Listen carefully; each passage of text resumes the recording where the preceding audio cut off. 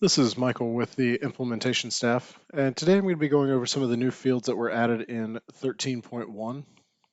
So what these are is we now have some CERT address specific fields on the work order table. What these can be useful for is, as an example, maybe a commercial calibration lab receives an item to calibrate from another commercial cal lab that wishes to have their customer on the certificate, even though the bill to and ship to would be back to the sending cal lab. What this allows us to do is to accomplish that with having a dedicated place for where those CERT addresses should be made out to on these orders. Now, what we can do is on your order system screen, you can right-click and customize and add those components in. They are listed under the cert2 object. Once that is in place, you'll notice that it has very similar functionality to the way that the bill to and ship to are currently created, where we can select from alternate addresses or restore the original address for the cert2 field.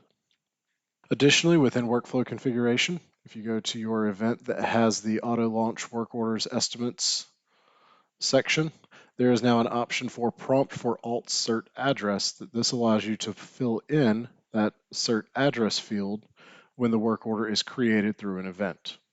So what that might look like,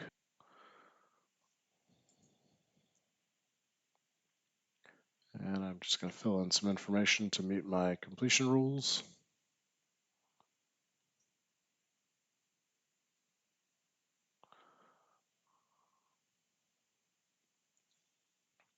So the same way that in the past we've had our pop-ups for our bill to or ship to if you wanted them, you now have an option for the cert to address.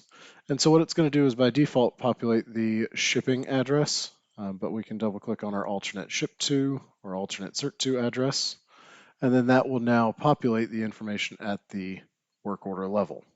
Additionally, with this, there would need to be some alterations within the certificate. So what I've got here is a work order based certificate. And some people may wish to reach out to us for this, but I have my memo object here. And what I've done is on my memo object, I have inserted this custom scripting at where if the work order is blank from the event, then we end up pulling the shipping address based on the company's information from the event. If that is not blank, then what we're doing is we're looking up to see if we have an alternate cert address name for the work order. And what that does is that triggers us into either grabbing the shipping address from the work order, or if that is not blank, then we pull the certificate address from our work order. Within here, I've got everything populated within one memo, and then I'm also comparing the address line number 2 to see if it is needed to be populated, and we can definitely help with that if anyone needs that. So what that then would look like if I launch into my calibration event.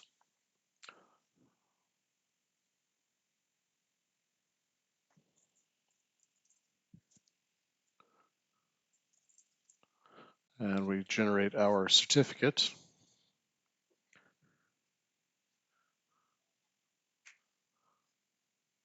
We'll notice that we grabbed our address that was populated from the work order from the cert2 section as opposed to the shipping or billing or any of the regular company-based information. Please let us know if anyone needs any assistance with this, and we're happy to help. Thank you.